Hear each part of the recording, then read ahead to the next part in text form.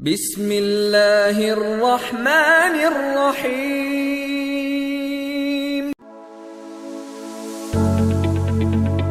السلام علیکم ورحمۃ اللہ۔ پیارے دوستو، اسلام میں ایسی 4 عورتیں گزری ہیں جن سے ہمیں سبق حاصل کرنا چاہیے۔ نمبر 1، واحلہ۔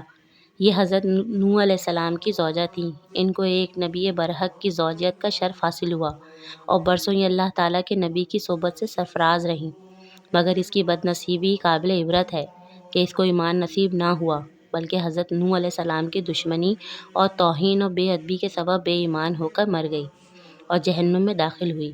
یہ ہمیشہ اپنی قوم میں پروپیگنڈا کرتی رہتی تھی کہ حضرت نوح مجنون اور پاگل ہیں، لہٰذا ان کی کوئی بات نہ مانو۔ نمبر 2، وائلہ۔ وائلہ حضرت لوط علیہ السلام کی بیوی تھی۔ یہ بھی اللہ کے ایک جلیل القدر نبی کی صحبت اور زوجیت سے برسوں سرفراز رہی، مگر اس کے سر پر بدنصیبی کا شیطان سوار تھا کہ سچے دل سے کبھی ایمان نہیں لائی، بلکہ عمر بھر منافقہ رہی اور اپنے نفاق کو چھپاتی رہی۔ جب قوم لوط پر اللہ کا عذاب آیا اور پتھروں کی بارش ہونے لگی، اس وقت لوط علیہ السلام اپنے گھر والوں کو اور مومنین کو لے کر بستی سے باہر چلے گئے۔ وائلہ بھی ان کے ساتھ تھی۔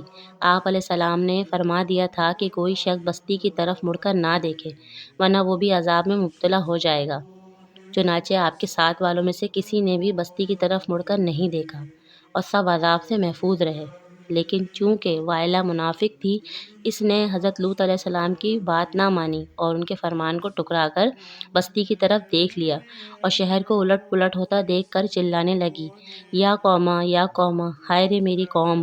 یہ لفظ زبان سے نکلتے ہی عذاب کا ایک پتھر اس کو بھی لگا اور یہ بھی ہلاک ہو کر جہنم رسید ہو گئی۔ نمبر 3، حضرت آسیہ۔ حضرت آسیہ فرعون کی بیوی تھی۔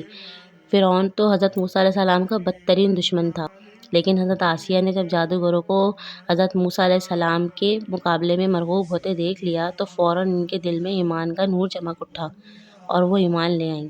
جب فرعون کو خبر ہوئی تو اس ظالم نے حضرت آسیہ پر ظلم کا عذاب برسایا، بہت زیادہ زد و کوب کیا اور پھر 4 کوٹیاں گاڑ کر حضرت آسیہ کے ہاتھوں پیروں میں لوہے کی میخیں ٹھوک کر جکڑ دیا کہ وہ ہل بھی نہ سکتی تھیں، اور بھاری پتھر سینے پہ رکھ کر دھوپ کی تپش میں ڈال دیا اور دانا پانی بند کر دیا۔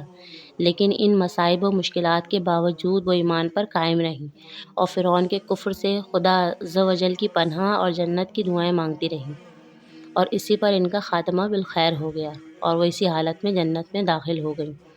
نمبر 4، حضرت مریم۔ حضرت مریم بنت عمران حضرت عیسیٰ علیہ السلام کی والدہ ماجدہ تھیں۔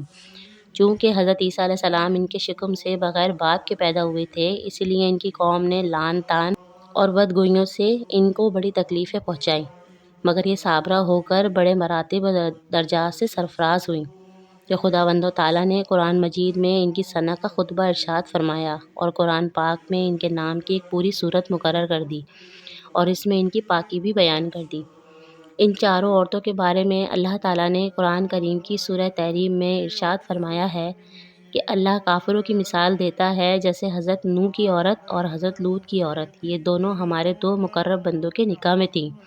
پھر ان دونوں نے ان دونوں سے دغا کیا تو وہ دونوں پیغمبران ان دونوں کے کچھ کام نہ آئے، اور ان دونوں عورتوں کے بارے میں خداوند تعالیٰ کا یہ فرمان ہو گیا کہ تم دونوں جہنمی عورتوں کے ساتھ جہنم میں داخل ہو جاؤ۔ اور اللہ تعالیٰ مسلمانوں کے بارے میں مثال بیان کرتے فرماتا ہے کہ فرعون کی بیوی جب اس نے عرض کی کہ اے میرے رب، میرے لیے اپنے پاس جنت میں گھر بنائے اور مجھے ظالم لوگوں سے نجات بخشے، اور عمران کی بیٹی مریم جس نے اپنی پارسائی کی حفاظت کی، تو ہم نے اس میں اپنی طرف سے روح پھونکی اور اس نے اپنے رب کی باتوں اور اس کی کتابوں کی تصدیق کی اور وہ فرما برداروں میں سے ہوئی۔ واحلہ اور وائلہ دونوں نبی کی بیوی ہو کر کفر و نفاق میں گرفتار ہو کر جہنم رسید ہو گئیں، اور فرعون جیسے کافر کی بیوی حضرت آسیہ ایمان کامل کی دولت پا کر جنت میں داخل ہوئیں، اور حضرت آسیہ حق ظاہر ہو جانے کے بعد اس طرح ایمان لائیں کہ فرعون کے سب آرام اور راحت کو ٹھکرا دیا اور بے پناہ تکلیفوں کے باوجود اپنے ایمان پر قائم رہیں۔ اسی سے پتہ چلتا ہے کہ کسی نبی کی بیوی ہو یا کسی کافر کی، اللہ تعالیٰ ایمان اور تقوی کی بنیاد پر ہی اپنے بندوں کو پرکھتا ہے۔ میری اللہ سے دعا ہے کہ اللہ تعالیٰ ہمیں متقی اور پرہیزگار بننے کی توفیق عطا فرمائے، آمین۔ تو پیارے دوستو، اگر یہ ویڈیو آپ کو اچھی لگی ہو اور آپ کی معلومات میں اضافہ ہوا ہو تو اس کو دوسروں تک ضرور شیئر کریں۔ ویڈیو کو لائک اور چینل کو سبسکرائب کرنا نہ بھولیں۔ اپنا بہت زیادہ خیال رکھیے گا۔ اگلی ویڈیو تک کے لیے مجھے اجازت دیجیے۔ السلام علیکم ورحمۃ اللہ۔